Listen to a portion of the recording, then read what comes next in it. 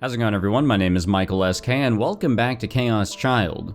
So, in the last episode, we did a few more positive delusions that I did not come across in my first run through the game, and by choosing all the positive delusions that came up, we were able to get ourselves thrown into the first character route that I think people recommended as well. I think I saw it recommended in another guide that actually stated which route is which and how you specifically get into it. I didn't follow that sort of guide. I followed one that was completely spoiler free, so I had no idea what I was jumping into, and I was able to jump into Arimura's route. And I'm not complaining. I definitely want to learn more about her character, so hopefully that's what these character routes will provide for us. But anyways, what really was different, what started to get us straight off of the regular path, was the encounter with the fake Minamisawa Senri, who is trying to, just casually set us on fire. Just casually. Things went into a different direction, and now we are looking at an orange sky. They say that every person has a single image somewhere in their mind that defines who they are. For Arimura Hinai, that image was of her family seated around a dinner table. Her mom and dad, and her brother, the four of them sitting around the table. And eating a cake, no less. That image, more than anything else, defined the kind of person that Hinai was. Her mom and dad both worked, and on weekdays they'd often come back late, or come home late. Sometimes they didn't even come home at all. But Hinai never felt alone. She was never alone because she had an older brother. That use of the word had. So I already know where this is going. Her parents had told her that when she was born, he'd been the happiest boy in the world. But she didn't need to hear that to know how much he meant to her brother. Hinai had always had a pretty face ever since she was a baby, and she had always been popular. But her brother loved her more than anyone.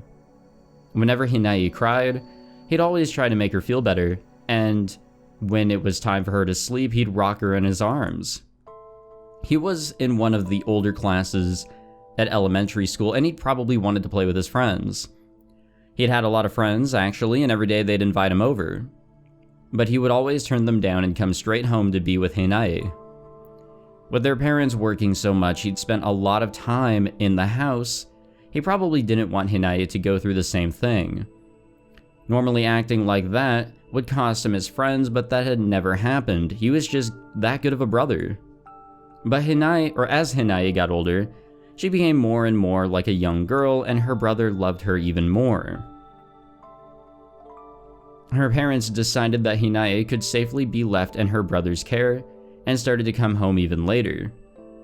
Hey man, if it means getting that dough to, secure the family financially, then by all means. Maybe, but every Sunday they were always home.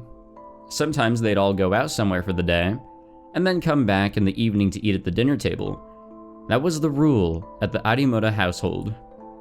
There was always warm food, and her family was always smiling. That was what happiness meant to her. It was something so natural and so normal that she never doubted it. And it was the truth.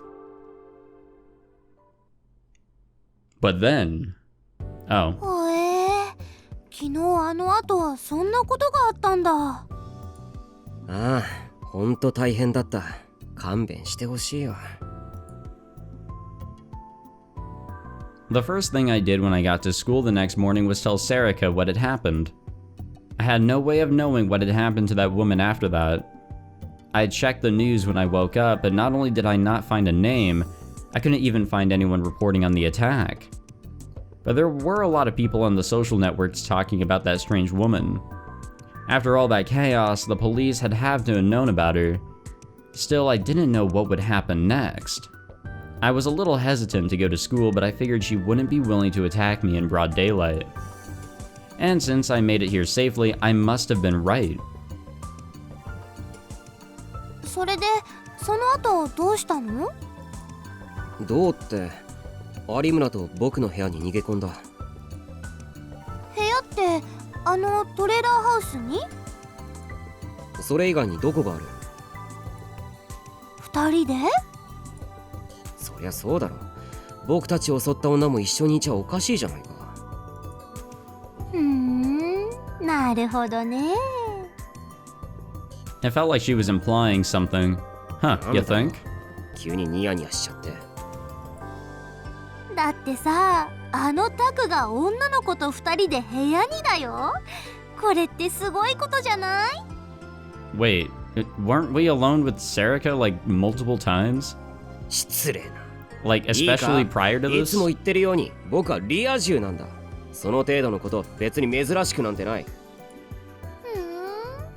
ゃああそこに移ってから女の子が部屋に来たことは？しょっちゅう。私とのんちゃんを除くと？ほらほら、初めてでしょ？でしょ？うるさいな。Damn, that's messed up. で何かあったりした？ Serika's voice dropped into a conspiratorial whisper as she grinned at me. 何かってなんだよ。またまたとぼけちゃって、そんなの決まってるでしょ？あるわけないだろ。そもそも僕たちは襲われたんだぞ。それどころじゃないって。そんなこと言って本当はまんざらでもなかったり？だから違うってば。あらら、そこにいるのは。 Uh-oh. Guess who's here? I turned around and saw Arimura herself waving at us. 有村。有村です。宮代先輩、チャオっす。Arimura was acting nothing like the way she did last night in my room, and I wasn't sure how to deal with it. But I guess she was always like this at school. Gotta put on the act, I guess. セリもチャオっす。チャオっす、ひなちゃん。 At least she hadn't heard what we were talking about. Time to change the subject. で、一体何が違うってんですか？もしかして聞いてたのか？まんざらでもないとか違うとか何の話だったんです？ねえ、教えてくださいよ。いいでしょ？ね？それがね、実は。違うんだ。別に大した話じゃなくて。Her voice was chipper, but her eyes weren't laughing at all. That's right, there was no way I could lie to Arimura. ただ昨日の話をしてただけだよ。昨日の？昨日のねえ。そうですか。Huh. That must have been good enough for her. I'd expected her to be more suspicious. Well, she could tell that we're telling the truth. That's right, Arimura could only tell if I was lying or telling the truth. Yeah, see, there you go. In other words, I was safe as long as I didn't tell her everything. Maybe I could use that with Arimura in the future. そうだ。そんなことより宮代先輩、これ見てくださいよ。Arimura gently rubbed her hair, which she tied up to the side. 髪がどうかしたのか？わかりません？ほら、ここ髪の毛のここんとこ、昨日のあれでチリチリボーンになっちゃって。どこ？ I got closer to look, but I couldn't really tell. ほら、ここっすよ、ここ。本当だ。でもこのくらい大したことないだろ。なんすかその言い方。女子の髪の毛をなんだって思ってんですか？だいたい先輩がさっさとなんとかしてくんないからですよ。何言ってんだ。そんなのただの言いがかりだろ。なあお前。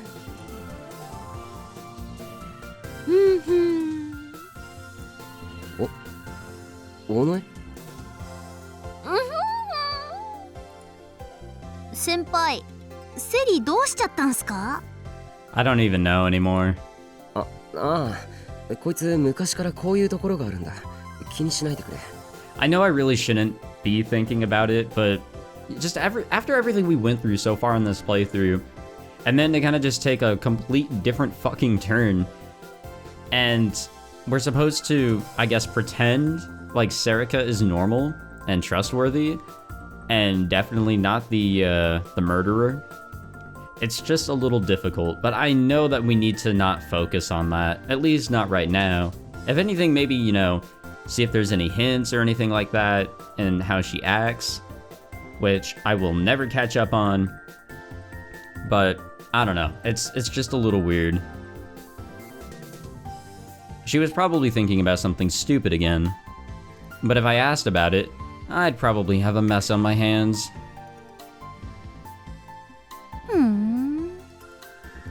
そうだ、それより宮代先輩、例の能力のことですけど。She was whispering, so I whispered too. ああ、そのことなら僕の方からも話がある。例の能力って、もしかしてあの剣が見えるとかいう？セリー、誰が聞いてるかわかんないんだから、そんな大きな声で話すなっつーの。ごめん。それで先輩。ああ、実は少しだけどコントロールできるようになってきたかも。それってタクも不思議な力が使えるようになったってこと？セリー。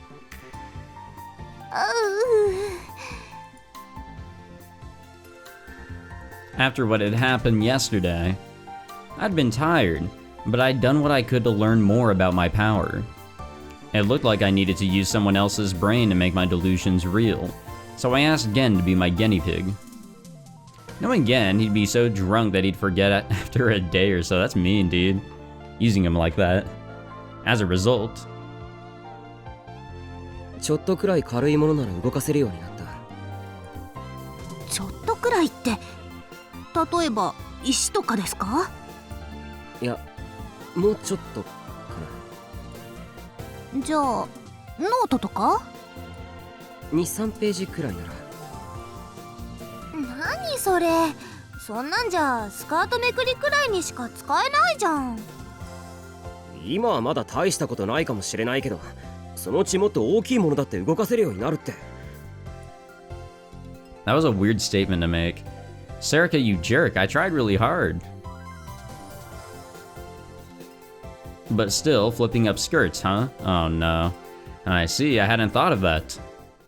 I knew it. I knew it. I knew it was gonna come up. It was bound to come up. I'd overlooked that. What a brilliant idea.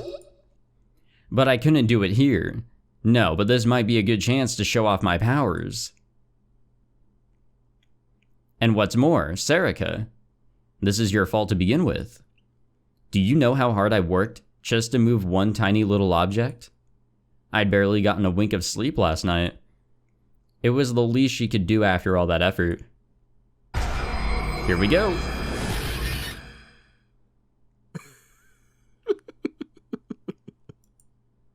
Taku? Yes? そうかいそうかい。そんなに言うなら見せてやろうじゃないか。この僕の力を。宮代先輩？悪いけど、今さら後悔しても遅いからな。僕の心に火をつけた自分たちの愚かさを呪うがいい。No one could stop me now.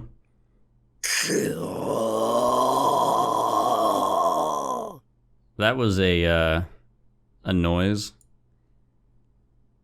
Definitely a noise. I concentrated. A terrible, beautiful Excalibur appeared in the corner of my vision. Please don't say Excalibur. I'm still a little haunted from the last episode. The power welled forth from deep within me. Come, my Excalibur. Give me power. This is... これがギガロマニアックスとしての僕の僕の力だ。 Yeah, definitely.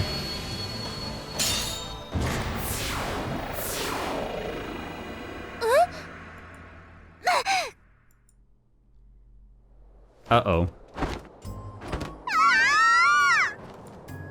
My power lifted up the skirt of every single girl in the school.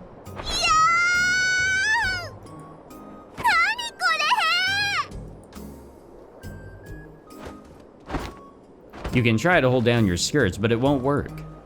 No one can stop my power.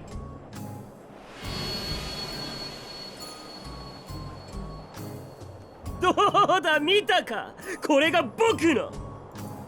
じゃあこれが宮代先輩のこれがタクの。そう、これこそが僕の力だ。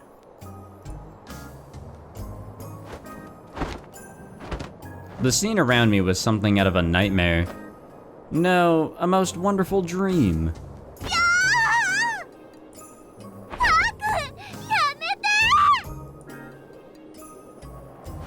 These anime-only events, they were insane. Every girl in the school was walking around with their skirts blown up now.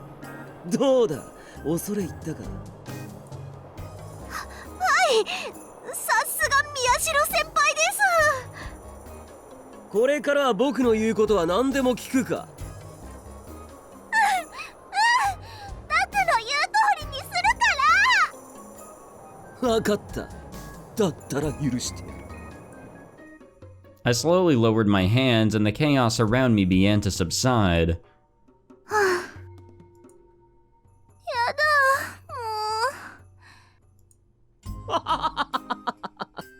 さあ約束通り、これからお前たちは僕の言いなりだ。分かったな。はい、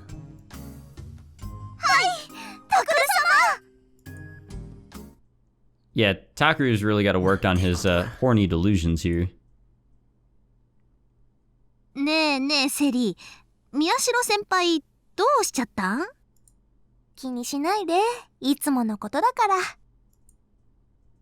ら。 Okay, so somebody pointed out recently, からしてこの場合は天日よ。 especially with the last two episodes, full of delusions and all. So Serika, knowing her abilities now, she was like the only one to cut off Takuru whenever he was having his lovely delusions. So people have been stating that it's very possible that she can actually, because of her power, she can actually see the delusions that Takuru is having. So thinking of that makes me feel so awful for what she just may have seen in Takuru's mind. Jesus. Arimura and I decided that it would be better not to use my power for a while. No matter what that woman was after, it was very likely that it had something to do with our powers, which meant that I should avoid doing anything that would attract attention. And everybody knew, when you had a trump card like this, it was best to master it in secret and play it at the right moment.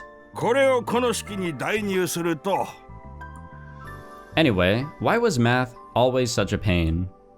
I wanted information, not formulas. Numbers and formulas were just ideas and didn't provide any benefit at all as information.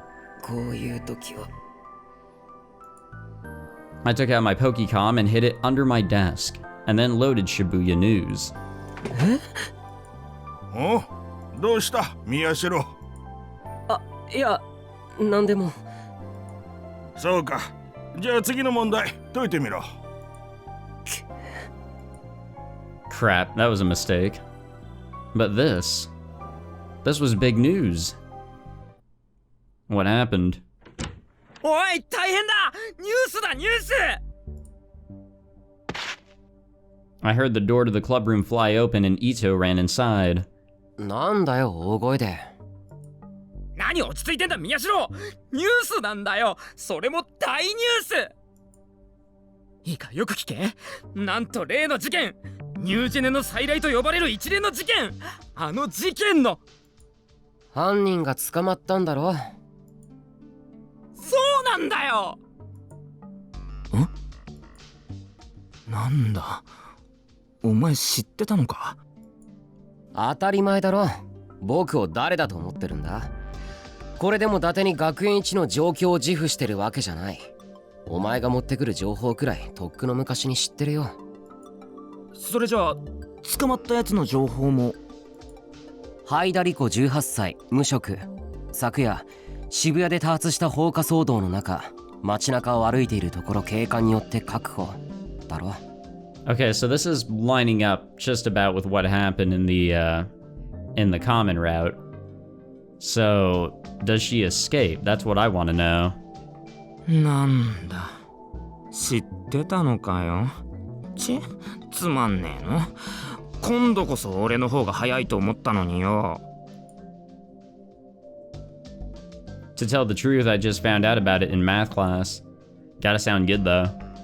But that's how information worked. Knowing things first put you at an advantage. And that said, I was overjoyed to know that that woman who attacked me had been arrested. Now I wouldn't have to be afraid of being attacked again. でもうち的には捕まってよかったのかな。なんだよ、尾上。それどういうことだよ。だってさ、事件がもっと大きくなってれば、もっとでっかいスクープをゲットできるチャンスもあったかもしれないでしょ。確かにそうだな。そういう意味では惜しかったとも言えるか。タク的にはどう？もっと事件を追いたかった？ No, I'm good. I wasn't sure. It was true that the bigger this got, the more people would be paying attention. いや、よかったんじゃないか。なんだ、お前にしては随分消極的な意見だな。もっと起きてくれってんじゃないかと思ったが。Probably the near-death experience that changed his mind. なんだよ、それじゃまるで僕が凶悪事件を望んでいるみたいじゃないか。いいか、言っておくが、僕はサイコパスじゃない。別に事件が起きることを望んでいるわけではなく、起きてしまった事件の真相の究明こそを望んでいるんだ。To tell the truth, I was a little disappointed that the case had ended this way. But half of me felt relieved too. Anybody who'd been the target of a murder attempt could understand. How terrifying it was for me to have that woman with those strange powers trying to kill me. There were ways to deal with a physical attack, but her power violated all the laws of physics, It was a miracle I'd made it away from her alive at all. So I was honestly glad that woman, Haida, had gotten caught. まあ、あの女が警察に捕まってしまったことで、全てが警察の手に委ねられてしまうというのは、甚だ不本意ではあるが。Wait, her name actually wasn't released this early, so that is a change. 尾上の言うように、もうちょっと事件が長引いていれば、世間の注目も集まっただろうし、そこでビシッと僕が事件を解決していたなら、それはそれでこの新聞部も有名になったんだろうけれど、それも今更言ったって仕方がないことだろ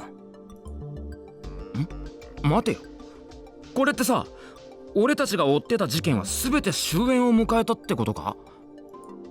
それは。 Before I could give my opinion, the door opened. ひなえちゃんの登場ですよ。 We can see that. 有村、何しに来たんだよ。冷たい。共に生死を分ける戦いをくぐり抜けた仲なのに。ああ、そういや宮代が襲われた時、有村も一緒だったんだっけか？そうっすよ。こう暗いお姉さんが現れたと思ったら、ドカーンボワードーンって、そりゃもう大変だったんですから。 Can you leave? She was waving her hands in an exaggerated manner as she spoke, but it was impossible to figure out what she was trying to say. ほー、なるほどなるほど。ここが新聞部ですか。そういえばひなちゃんってここ来るの初めてだっけ？あの日、ほら文化祭の日に来てるけど、あの時はじっくり見たりいじったりできる感じじゃなかったじゃん？ Yeah, she was here whenever we witnessed the fourth Return of the New Generation Madness death, and Shinjo and Kunosato were here. Arimura walked around the room, staring at everything, and stopped in front of the corkboard on the wall, excuse me. あ、これかっこいい。海外ドラマみたい。だろ。一応事件のことについてはそれで全部考察を。ねえねえセリ、これは何？それはね。She wasn't listening at all.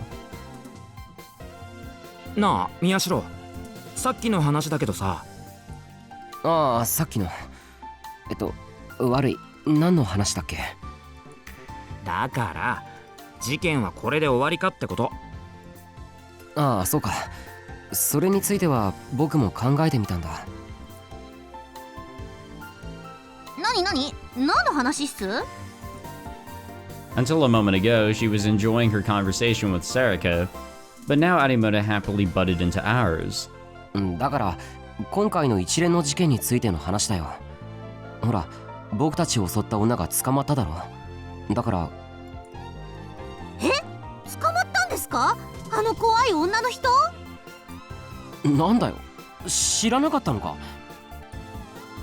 She had friends in a lot of places, and it seemed like she'd be really quick to pick up on new information. So I was surprised to see that she was actually a wrong-sider. なんだよもう。警察も捕まったなら捕まったって教えてくれればいいのに。まったくだな。こっちは危うく丸焦げになるところだったんだから。ですよね。利用する時だけ利用して、これだから市民の信用をなくしちゃうんですよ。まあ警察への文句は置いといてだ。その宮代の考えってのは？ああ、そうだった。いいか、これまでの事件とこれからのことを総合して考えるとだ。First, there were the murders, and then there were the fires as well. I decided to think about the relationship between the two of them. The first thing I had to do was go over all the cases that had happened so far. All the cases that had happened so far formed what people were calling the return of the new generation madness. The first murder was Don't Look at Me, the death of Uotani, the Nikoniya live streamer. And the second, Leaky Noise, Takayanagi Momone, the anime song singer. And the third was, that's right, Revolving Dead. That's where Arimura's acquaintance, Kakita, had been killed. I remember that one clearly as well. I'd been there after all. And the next one, the fourth murder, was another one I'd never forget. Gatsuan Death, where Watabe, the internet reporter, had died at the school cultural festival. Those were the four murders that had happened so far. The problem was what had come next. The fires. The fires had happened at near the Don't Look at Me incident in Jinan, near the Leaky Noise incident in Shinsen, near the Revolving Dead incident around the Love Hotel, near the Gatsuan Death incident, in other words, near Hekiho Academy. That's right, the fires were happening regularly near the cities, or the sites, of the new generation madness. 以上のことからわかるのは、一連の事件と連続放火事件が非常に近いところで起こっているということだ。It would be strange to think that they weren't connected somehow. I concluded that the fires were all set by Hayata Riko, the pyrokinetic gigalomaniac. でもそれじゃあ手口が違うのはなんでだ？これまでの事件とは明らかにやり口が違うだろ。それは。 Why? そう、これまでの放火事件はあくまでも練習だったんだよ。練習したけどうまくいかなかった。だからこれまでは違う方法を選んでいた。Nah. なんだよ、納得できてないって顔だな。意見があるなら言えばいいだろ。意見っていうかさ。じゃあ、あの施設はどうなるんです？ Arimura seemed annoyed at Ito's inability to finish his sentence, and interrupted with a doubt of her own. 施設ってあの病院の地下にあった施設のことか？そうです。あそこで行われてた研究、あれは事件と関係なかったって宮代先輩は思うんですか？それは It probably did. No, it definitely did. But the experiments that were performed down there ended with the earthquake. So it would be strange for her to just suddenly start killing people now. When I told Arimura that, she still didn't look satisfied. 柿田さんのことはご存知ですよね？あの回転デッドの被害者だよな、確か。はい、あの人が私の兄の友人だったって話はしましたよね。I remembered that she had. 今だから正直に言いますけど、彼は私たちのような能力者について調べていたんです。そしてその後ろには何か巨大な組織が関わっているかもしれないって。 Oh shit. 巨大な組織な。まるで陰謀論だな。で、その組織ってのは？それを事件のあったあの日に教えてくれる予定でした。ですが He died. No, he was murdered. じゃあ有村は犯人はあのハイダリコって女じゃないって言いたいのか？ Damn, he really was a fucking threat. I remember Serika or Sakuma talking about how they had to get rid of him solely because he had that psychic ability. So, shit, man. そういうわけじゃないですよ。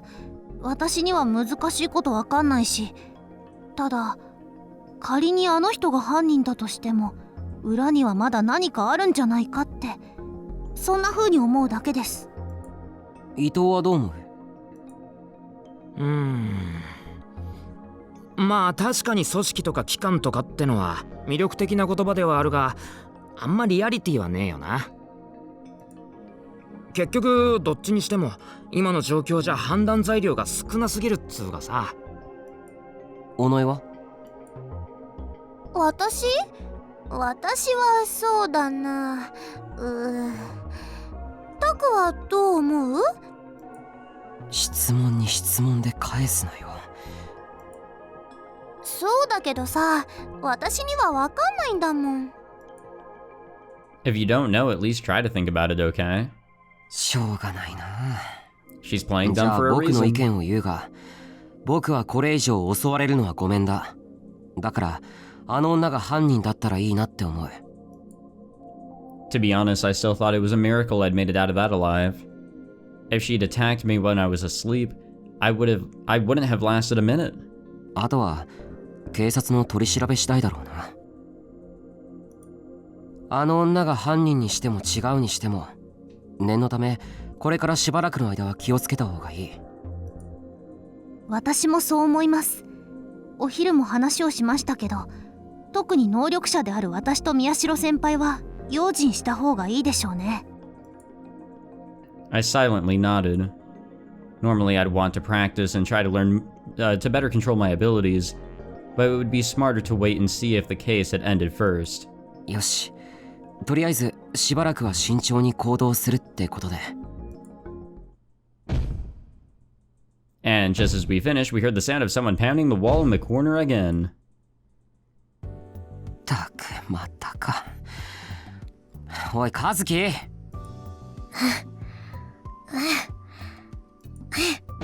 She was so busy with ESO2 she couldn't hear us again. Nothing ever changes. 尾上。オッケー。 Serika nodded, went over to Kazuki, and took off her headphones. おーい花ちゃん、壁殴っちゃダメだってタクが。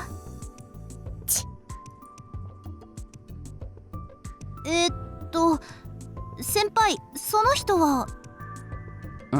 ああ、有村は面識なかったっけ？和樹花1年、うちの部員だよ。へえ、さっきまでそこにいるって全然気づかなかった。Arimura walked over to her. チャオッス。Kazuki bowed her head. 私、有村ひなえ、ひなちゃんとかひな先輩って呼んで。あなたは花でいいよね。She bowed again. ごめん、声に出してもらえる？ああ、ダメだよひなちゃん。花ちゃんは喋んないから。そうなの？なんで？宗教上の理由とか？理由は知らないけど喋らないんだよね。ねえ。She bowed. 一言も？一言も。そうなんだ。ま、それはそれでいっか。楽だし。じゃあそういうことで。お近づきの印にシェイクハンド。That's illegal now.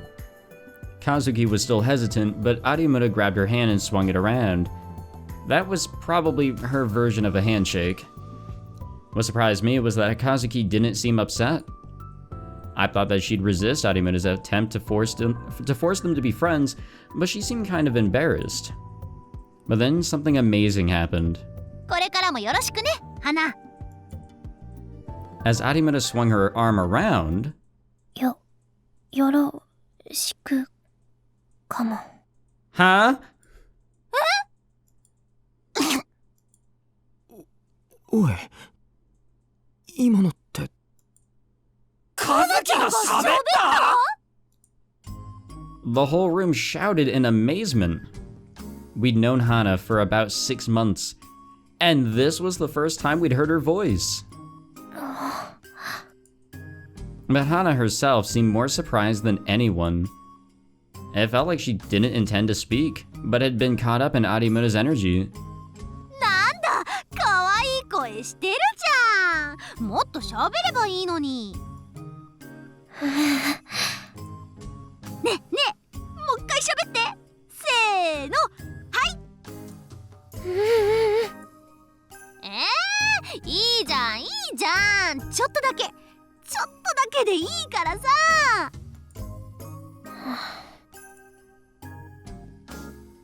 She wasn't gonna say anything else, it seemed. まさかあの和樹が。本当に喋れたんだね。何よりも恐ろしいのは有村のテンションだな。Everything we talked about that day seemed pretty important, but it was all blown away by our shock at Kazuki actually speaking. Jesus. Talk about unexpected. Now, I do know that she has a route. I think it's her, Uki, and Kirisu that have routes. And I think Serika's is technically the common route. That ended in a way that involves Serika, I think. But anyways, I'm thinking that if these routes involve learning more about the characters, maybe we'll learn more about Kazuki. Are there any more characters that we need to learn about? There's Kunasato, but she doesn't seem to be a part of the inner circle here, so I don't really expect her having a route. So I guess that would be it. なあ、帰りどっか寄ってこうぜ。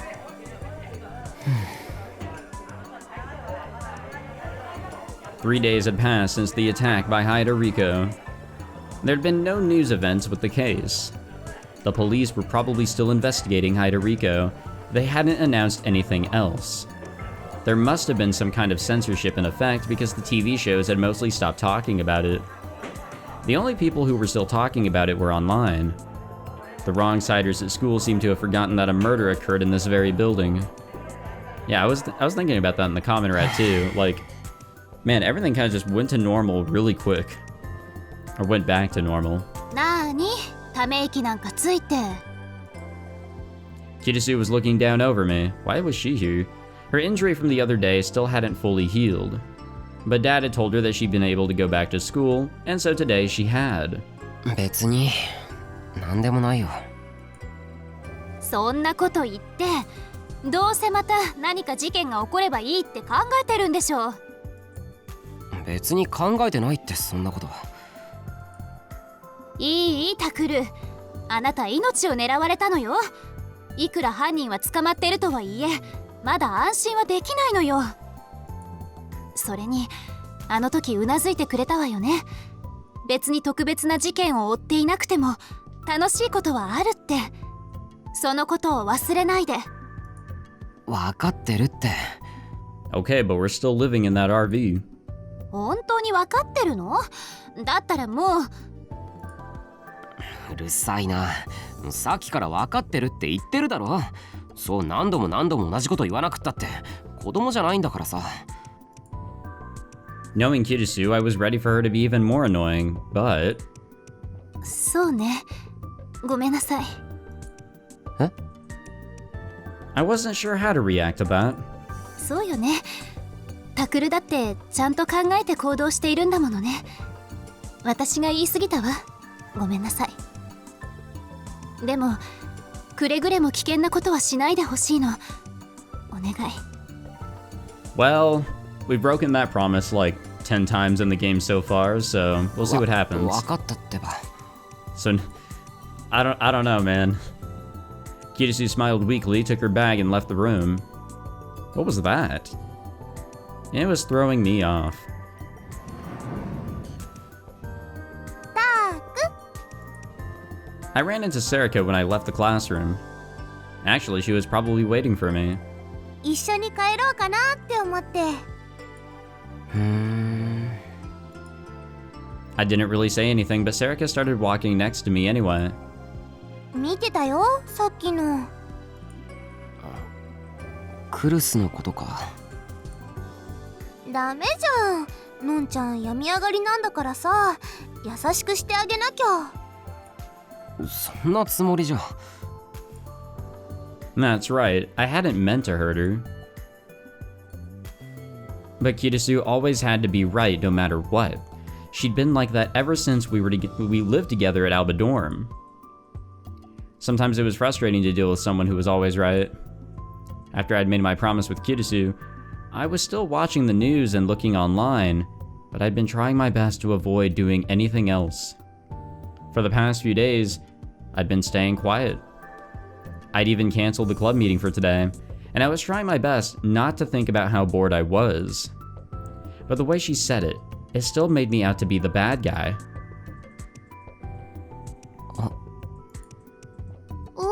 どうしたの？忘れ物。 I'd been thinking so much I'd gotten distracted. 悪い。ちょっと取ってくるから先に帰っててくれ。ああ、オッケー。I'd been spacing out lately. Maybe I was just too bored. あったあった。 Even if I'd gotten in a fight with Kirisu, I still couldn't believe I'd forgotten my Pokecom.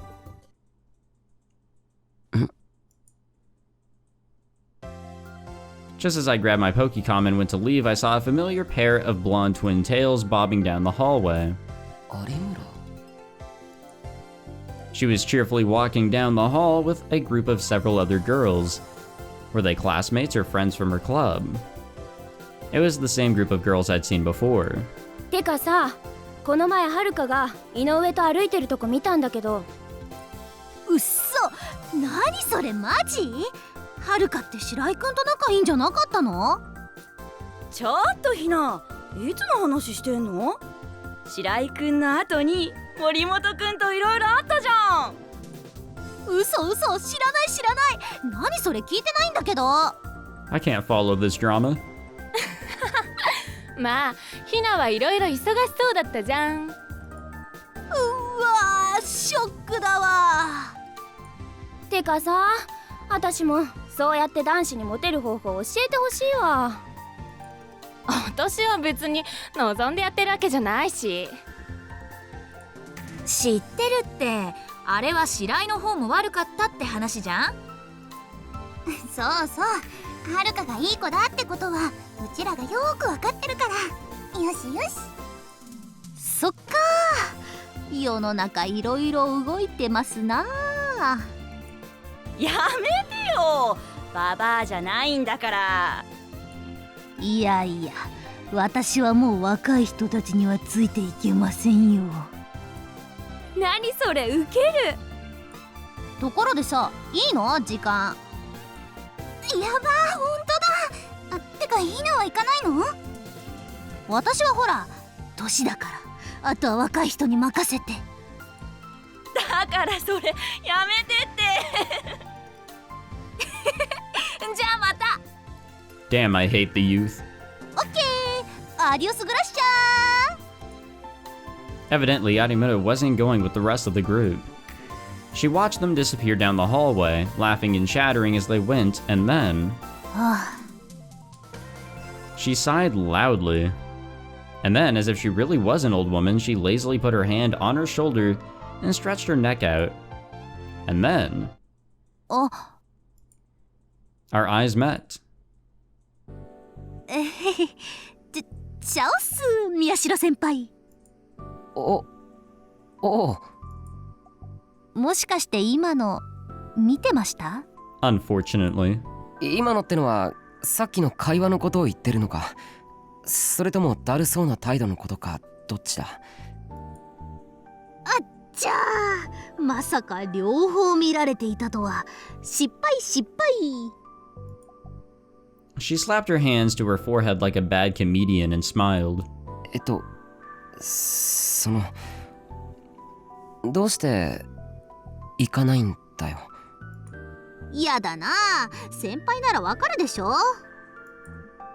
めんどくさいからですよ。Alright, I'm down with that. Her happy tone vanished, and she seemed genuinely annoyed. みんな口先だけの上辺ばっかり。思ってもないこと言って楽しいふりして、ちょっとでも違うこと言えばそれだけで次からは仲間外れ。さっきのはるかって子は男子をとっかえひっかえ、特に人の彼氏が好きですぐちょっかい出しては別れさせて、そのくせ人のものじゃなくなった途端に飽きてすぐにポイ。他の子はみんなそれにムカついてるくせに調子合わせて笑ってる。リエにしてもマキにしてもそう。はるかのこといい子だとか言いながら、心の中ではそんなことこれっぽっちも思ってない。なのに顔では笑って適当に話し合わせて、薄っぺらい友情ごっこに興じてる。ほんとバカみたいだし気持ち悪い。 Hell yeah, I like this side of her. あんな奴らと放課後まで一緒に過ごすなんて考えただけで吐き気がする。I'd heard Arimura talk like this several times before. Sometimes it had been directed at me. But it felt like she was more emotional now than she'd ever been before. Everybody told a lie or two. But if you didn't know when other people were lying, it was still possible to trust them. But once you knew when they were lying, once you knew what they were thinking under their smiles, could you still trust them like you did before? I didn't think I could. Maybe knowing if what you were told was true or not was a lot more painful than we thought it was. I remembered what Arimura had written for her wish during the school festival. I don't. Please let the truth be found. Alright, thanks.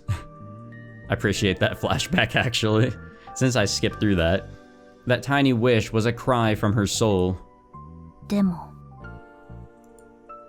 Her voice was a whisper. でも一番嫌いなのは、そんな人たちの中で笑顔を浮かべてる自分。有村。なんてね。 Yeah. She tried to go back to her usual self and give me a mischievous wink, but she must have realized that it didn't work. She scratched her head, looking awkward. やだな、もうそんな顔しないでくださいよ。こっちが困っちゃうじゃないっすか。なあ、一つ聞いてもいいか。なんです？なんで僕にそんな話を？え？僕と君はまだ知り合ったばかりだろ。ついこの前まではまともに話したってできなかった。そんな僕にどうしてそんな話を聞かせるんだ？なんででしょう？ That actually is a really good question. 僕が君と同じ She just laid it ギ all ガロ out マ for ニアッ us. クスだからか。そうっすね。まあそれもあるかもしれないですけど。けど多分先輩が分かりやすいからじゃないっすかね。わかりやすい？僕が？宮代先輩って感情がすぐに表に出るでしょ。嘘ついたらすぐにテンパるし。バカ言うな。僕は常にポーカーフェイスな男だぞ。そんなわけあるはずがないだろ。ほら、そうやって慌てる。違う、今のはただ。ほうほう、ただなんです？ It felt like the more I tried to respond, the more I was digging my own grave. あ、いた。おーい、タク。 Wait, why is she still here? Serika came back. She must not have gone home after all. 尾上？なんだよ、お前も忘れ物か？もう違うよ。タクが遅いから様子見に戻ってきたんじゃん。 Serika ran up to me and pouted. 先に帰ってろって言っただろ。それはそうだけどさ。ほら、タク、今朝言ってたでしょ。そろそろスマホ買わないとって。もし行くなら一緒に行こうと思って。 Okay, hold the fucking phone there for a second. Literally. So, what was it, in the last episode or something like that? We had gotten a call on a phone. Whose fucking phone was that? If we don't have our phone yet, then who called us? And how? I guess the who wasn't really important, but the how. How were we called? Come to think of it, I never did find my phone. According to Shinjo, that Yamazoe girl had left it alone. As for the photo, it was sad, but if it wasn't coming back, there was nothing I could do about it. Yeah, Serika has it. I talked to Serika this morning about how I needed to get a new one, but... あ、ひなちゃんだ。 You just noticed her? チャオスー、セリー。チャオス。ひなちゃんも行く？スマホ買いに。おいおい、何勝手に今日行くことにしてるんだよ。違うの？ Well, whatever. 私は遠慮しとく。友達に会っちゃったら気まずいし。